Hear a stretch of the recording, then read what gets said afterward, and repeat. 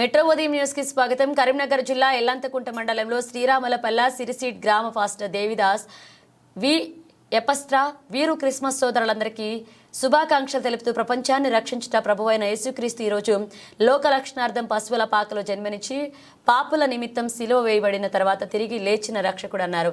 భక్తుల చర్చిలో ప్రార్థనలు ముగించుకుని వేడుకలను సంబరంగా జరుపుకున్నారు.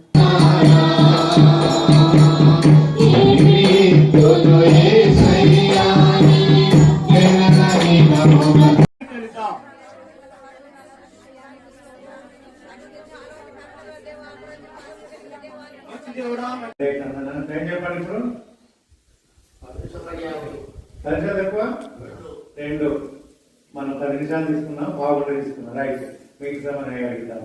హల్లెలూయా.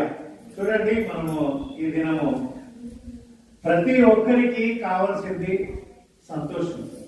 హల్లెలూయా.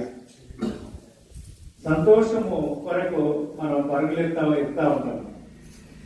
మనిషికి నెమ్మది లేదు, మనిషి హృదయంలో నెమ్మది లేదు, తన జీవితంలో నెమ్మది లేదు.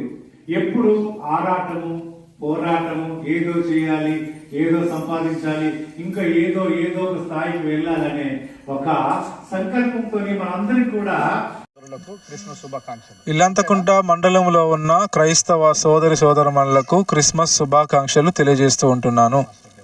Pastor Devadas, Sirisedu village.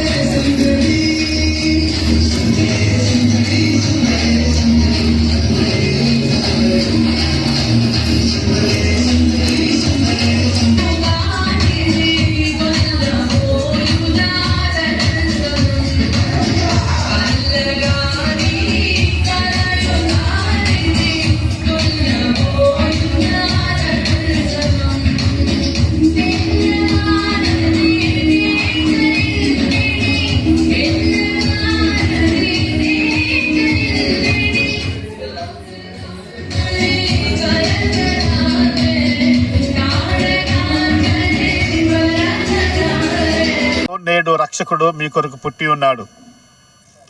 ఇదిగో ప్రజలందరికీ కలుగబో మహా సంతోషకరమైన శుభవర్తమానము నేడు మీకు తెలియజేయుచున్నాను అనని పలికిన ఆ మాట యేసుక్రీస్తు ప్రభుల వారు లోకరక్షకుడు మానవుని పాప పరిహారార్థమై లోక పాపములు మోసుకొనిపోయి దేవుని గొర్రెపిల్లగా మనుషుల పాప పరిహార్థమై ఈ లోకంలో జన్మించి మానవ రూపం ధరించి ప్రజలందరికీ ఒక గొప్ప శుభవార్తను ప్రభు అందించినాడు. మానవుని పాపం పరిహరించబడాలని, మానవులకు సంతోషము సమాధానము కలిగి ఉండాలని, ధైర్యము కలిగి శాంతి సమాధానాలతో ఉండాలని యేసు ప్రభుల వారు ఈ భూలోకంలో జన్మించినాడు.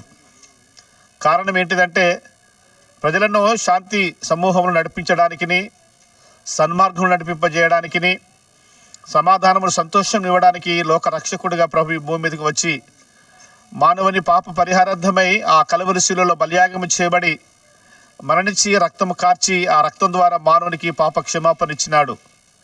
యేసునందున్న వారికి రక్షణ ప్రాప్తిని ప్రభు కార్యము సిద్ధం చేసి ఉన్నాడు. క్రిస్మస్ అనగా సంతోషము, సమాధానము. సమాధానం లేని మనుషులకు సమాధానం ఇవ్వడానికిని, సంతోషం లేని మనుషులకు సంతోషం ఇవ్వడానికి దేవాతి దేవుడు, సృష్టికర్త అనే దేవుడు, ఈ భూమిని ఆకాశాన్ని కలగజేసిన దేవుడు మానవ రూపం ధరించి భూలోకానికి ఏతించినాడు. అదే క్రిస్మస్. క్రిస్మస్ అనగా సమాధానము. అందరికీ సమాధానము ఉండాలని, అందరూ శాంతి సమాధానాలతో తృప్తి కలిగి ఉండాలని, మరణించిన తర్వాత మోక్షానికి వెళ్ళాలని లోకరక్షకుడిగా యేసుక్రీస్తు ప్రభువు వారు ఈ లోకానికి వచ్చి ఉన్నాడు.